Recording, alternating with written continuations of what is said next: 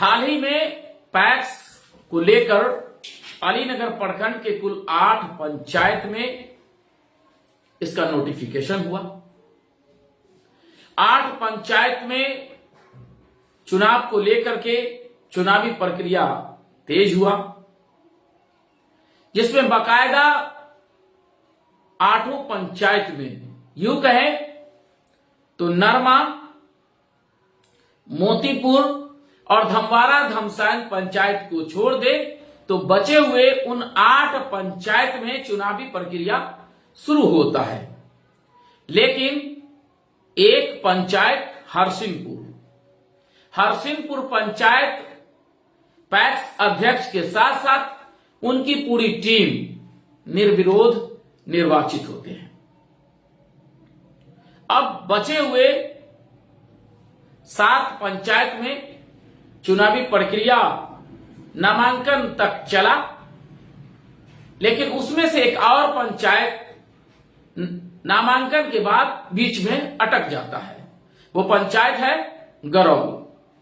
अब बचे हुए 7 पंचायत में नामांकन से लेकर के रिजल्ट तक का प्रक्रिया पूरा होता है। तो चलिए आज हम जान लेते हैं कि गरौल पंचायत में आखिर क्यों पैक्स का चुनाव नहीं हुआ। आपने फिल्मों में देखा होगा कि कोई हीरो आता है वोट गिराने के लिए, एनआरआई होता है, वोट गिराने के लिए इंडिया आता है। जब वो वोट गिराने के लिए मतदान केंद्र पे जाता है तो उनके नाम का वोट पहले ही डल गया होता है। उसके बाद वो हीरो चुनाव आयोग से शिकायत करता है, लेकिन उसके बाद चुनाव आयोग हरकत में आकर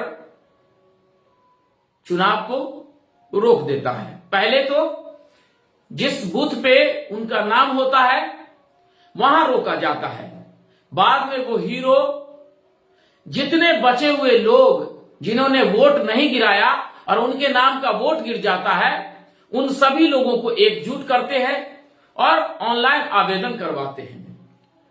जब उस पूरे विधानसभा से ऑनलाइन शुरू होती है तो फिर उस पूरे विधानसभा के ही लोग नहीं, पूरे स्टेट के लोग जिन लोगों ने वोट नहीं दिया और उनका वोट गिर गया, उन सभी लोगों ने ऑनलाइन विरोध करना शुरू किया।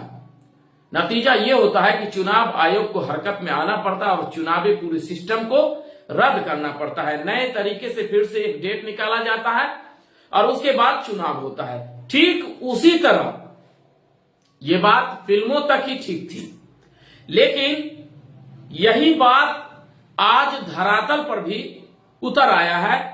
एक युवक वन मैन आर्मी कहे तो चुनाव आयोग से लिखित शिकायत करते हैं, मेल करते हैं और उनके मेल के जवाब में लगातार वो युवक उनके सवालों का जवाब देते जाते हैं। अंततः जब चुनाव आयोग को लगता है कि इस युवक के बातों में सच्चाई है तो फिर चुनाव को रोक दिया जाता है। जी, मैं बात कर रहा हूं अलीनगर प्रखंड के गरौल पंचायत की। गरौल पंचायत के दशरथ साहू, जिन्होंने एक लिखित शिकायत चुनाव आयोग से की और उसमें उन्होंने कहा कि दशरथ साहू को वोटर लिस्ट से उनका नाम इसलिए काट दिया गया क्योंकि उन्हें मृत घोषित कर दिया गया। अब सोचिए, जिंदा लोगों को कैसे मरा साबित किया जाता है, यह गरौल में हुआ। लेकिन उसके जवाब में दशरथ साहू पीछे नहीं हटते हैं और आवेदन करते हैं, लिखित शिकायत करते हैं, मेल करते हैं और उसके जवाब में लगातार चुनाव आयोग के सवालों का जवाब देते आते हैं। क्योंकि आप सोच सकते हैं कि उस परिस्थिति में चुनाव आयोग के लिए राह आसान नहीं था। जब नामांकन की प्रक्रिया पूरी हो जाती है, नाम वापसी का प्रक्रिया भी पूरा हो जाता है और अब सिर्फ चुनाव चिन्ह मिलना बाकी था। तब उस परिस्थिति में चुनाव आयोग के लिए भी मुश्किलों का सामना करना था, क्योंकि दशरथ साहू ने जो आरोप लगाया था और दशरथ साहू के आरोप पे चुनाव आयोग को अपना फैसला लेना पड़ा और गरौल पंचायत में पैक्स के चुनाव को रोकना पड़ा। जो लोग कहते हैं कि सिर्फ पैक्स अध्यक्ष की मर्जी चलती है पैक्स में वोटर बनाने के लिए, तो इन बातों पे सवालिया निशान खड़ा कर दिया है दशरथ साहू ने। और जो लोग ये बात कहते हैं कि बिना अध्यक्ष के वोटर नहीं बनाया जा सकता है, वोटर के नाम को काट दिया जाएगा, तो इन आरोपों को भी सिरे से खारिज कर दिया है दशरथ साहू ने।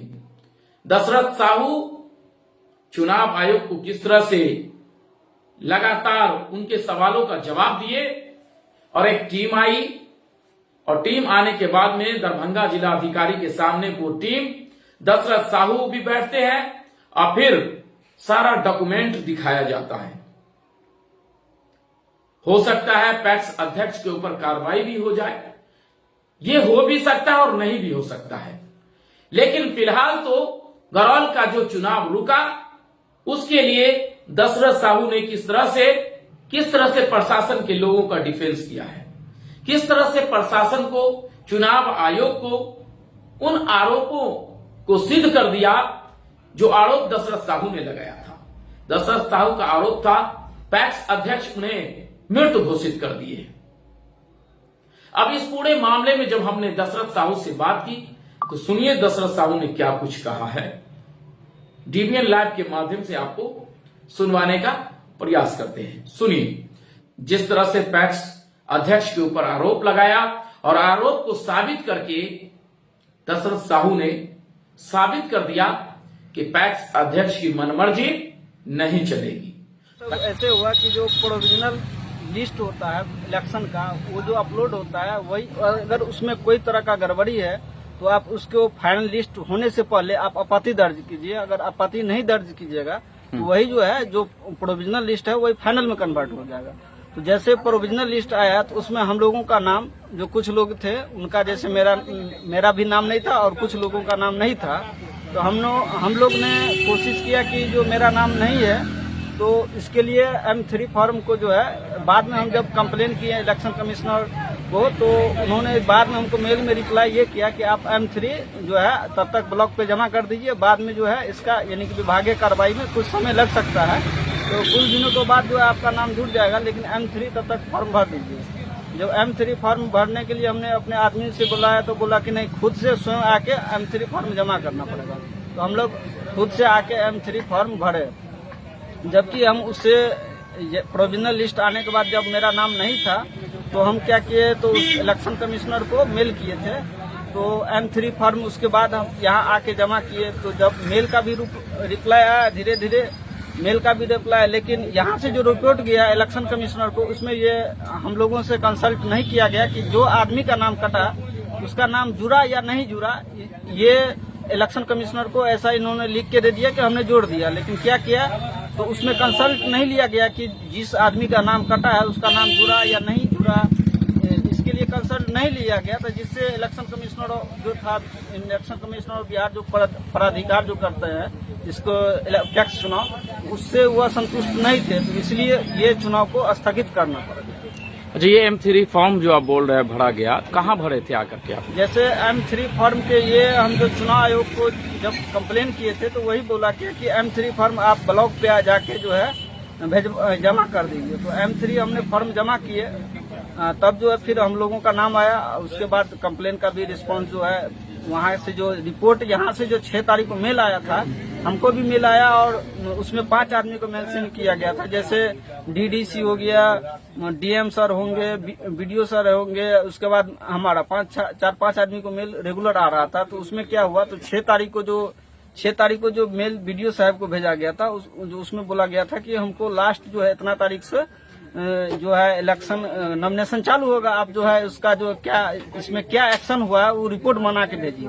तो उन्होंने 6 तारीख को एक डेडलाइन बना के दिया था कि 6 तारीख तक आप, उसमें जो लेटर आया था उसमें लिखा गया था कि 6 तारीख तक आप जो रिपोर्ट सबमिट कीजिए इलेक्शन कमिश्नर को, उसमें क्या प्रॉब्लम हुआ, इन लोगों का नाम जुड़ा या नहीं जुड़ा। इन लोगों ने क्या किया था, 6 तारीख को जो लास्ट डेडलाइन दिया गया था उसमें इन लोगों ने इलेक्शन कमिश्नर को कोई रिस्पांस नहीं किया, इसी के कारण ये चुनाव स्थगित हो गया। अच्छा, आपका नाम क्या है? दशरथ। मेरा नाम दशरथ कुमार साहू हुआ। ये दशरथ जी क्या कहना चाहेंगे? एक सिंगल व्यक्ति एक चुनाव को आप स्थगित करा दिए, वो भी तब जब नामांकन की प्रक्रिया पूरी हो गई। अब महज सिर्फ उनको चुनाव चिन्ह देना बाकी था और उस परिस्थिति में आपने उस चुनाव को ही कैंसिल करवा दिया क्योंकि उस चुनाव में त्रुटियां थी। तो आप क्या कहना चाहेंगे? खास जागरूक होना, ये किसान को जागरूक होना ही चाहिए, तभी तो कोई आगे होगा। तो ये जैसे इसमें हमारा कोई रोल नहीं है, हमारा रोल इतना ही था कि मेरा नाम जो है मेरा नाम कैंसिल हुआ, तो हमारा नाम जो जोड़ दिया, तो ये जो है उन लोगों को रिपोर्ट बना के भेजना चाहिए। जब इलेक्शन कमिश्नर 6 तारीख को रिपोर्ट आया तो हमको भी भेजा गया था कि 6 तारीख को इनको लास्ट डेडलाइन दिया जा रहा है कि इतना तारीख को आप रिपोर्ट सबमिट कीजिए इलेक्शन कमिश्नर को। लेकिन कुछ अधिकारियों द्वारा, जिन अधिकारियों को ये जिम्मेदारी दिया गया था इलेक्शन कमिश्नर ऑफ बिहार के द्वारा, उन्होंने ये अपना जिम्मेदारी नहीं निभाया और उनको जो है इलेक्शन कमिश्नर बिहार जो था पदाधिकारी, उनको रिपोर्ट नहीं भेजा कि हम इन लोगों का नाम जोड़े या नहीं जोड़े या क्या इस पे एक्शन हुआ, इन लोगों की इसकी अपडेट नहीं दी। इसके कारण ये ऐसा हुआ कि चुनाव स्थगित करना पड़ा। अच्छा, क्या अभी क्या स्थिति है? अभी के स्थिति के बारे में हमें नहीं मालूम है। क्या आप लोगों का नाम जुड़ा या नहीं? नहीं, हम लोगों का नाम जुड़ गया है। जुड़ गया है जी, फाइनल। तो क्या लग रहा है कि अब चुनाव हो जाएगा? अब तो ये तो इलेक्शन कमिश्नर के हाथ में है कि वो तय करेंगे, ये क्या करेंगे, उसी के हाथ में ये लोग हैं। अच्छा, इन सब प्रक्रिया के बीच में आप पे दबाव बनाया गया होगा? नहीं, मेरे ऊपर तो कोई ऐसा दबाव बनाने का कोशिश किया होगा या नहीं, तो लेकिन मेरे ऊपर ये सब का दबाव नहीं पड़ने वाला है क्योंकि हम लोग जो है स्ट्रांग है मेंटली और फिजिकली। अच्छा, इसलिए हमारे ऊपर कोई दबाव न बनाया न बनेगा, जो है वह सही ही होगा।